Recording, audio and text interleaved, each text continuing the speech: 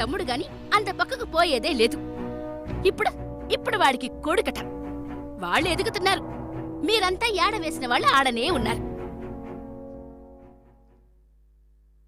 నీవు ఆ రాక్షసి దేవిని తప్ప మిగతాదంతా వదులుకుని కూర్చున్నావు. ఇట్లానే పగా ప్రతీకారమని దాని పేరు జపం చేస్తా ఉండినావంటే ఆ శివ మొత్తం ఎగరేసుకుపోతాడు. వాడికి పుట్టే బిడ్డలకు మీ అప్ప మిగతా సగం ఆస్తి కూడా రాసిచ్చేస్తాడు. ఇదంతా ముడియాది ఈశ్వర్. నీవు ఆ దేవి సంగతి వదిలే లక్షణముగా ఒక తమిళ అమ్మాయిని పెళ్లి చేసుకో, కుటుంబము పెంచుకో, ఆస్తి పెంచుకో. అంతేగాని ఇప్పుడు పైత్యకారి మాదిరి అంతా పోగొట్టుకోవద్దు. సరే సరే, నేను వెంటనే ఒక పొన్నును చూస్తాను.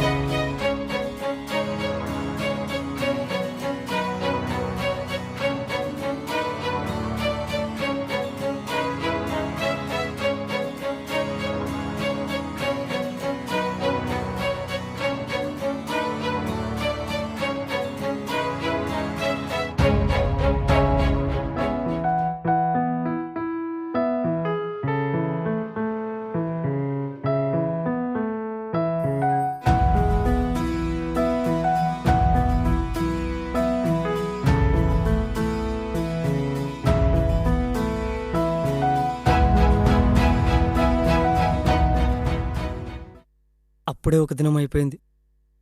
ఇంకొక్క దినమే వెళ్ళిపోవాలి. 2 రోజులైనా వాడుతూ ఉంటున్నాం కదరా.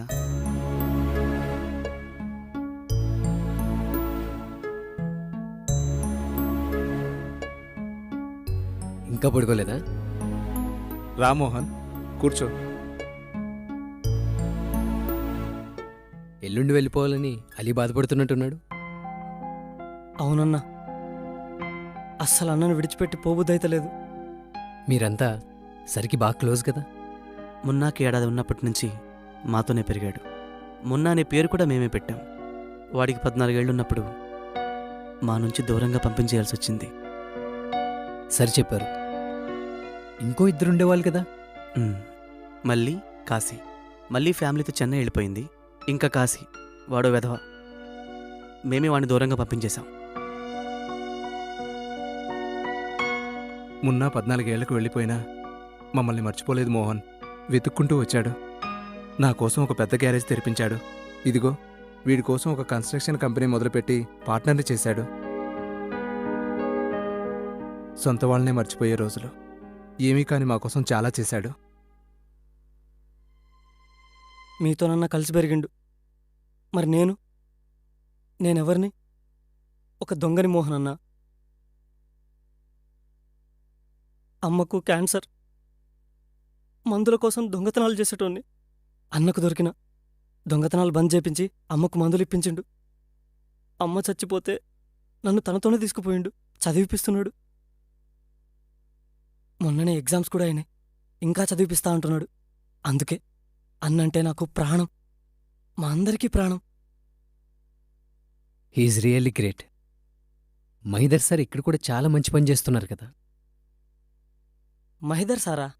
ఆయనెవరు? అదే మన సార్. మహీదర్ ఏంటి? అలా అని ఇక్కడ పేరు పెట్టుకున్నారు. తను మున్నాగారని ఇక్కడెవరికీ తెలియకూడదు కదా. ఓ, మహీదర్ పేరు బాగుంది. నాకైతే మున్నానే మంచిగున్నది. రేపు సార్ నడుపుతున్న హాస్పిటల్కి వెళ్దాం. అట్లనే.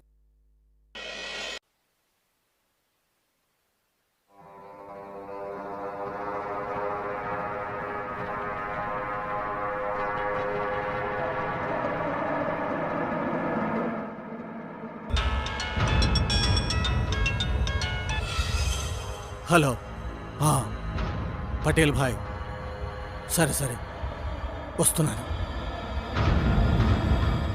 పటేల్ వచ్చేశాడు. అదే రాజుభాయ్ చెప్పాడు కదా, అతను ఏదో గెస్ట్ హౌస్లో ఉన్నాడు, కలవమంటున్నాడు. ముందక్కడికి వెళ్దాం. Okay daddy.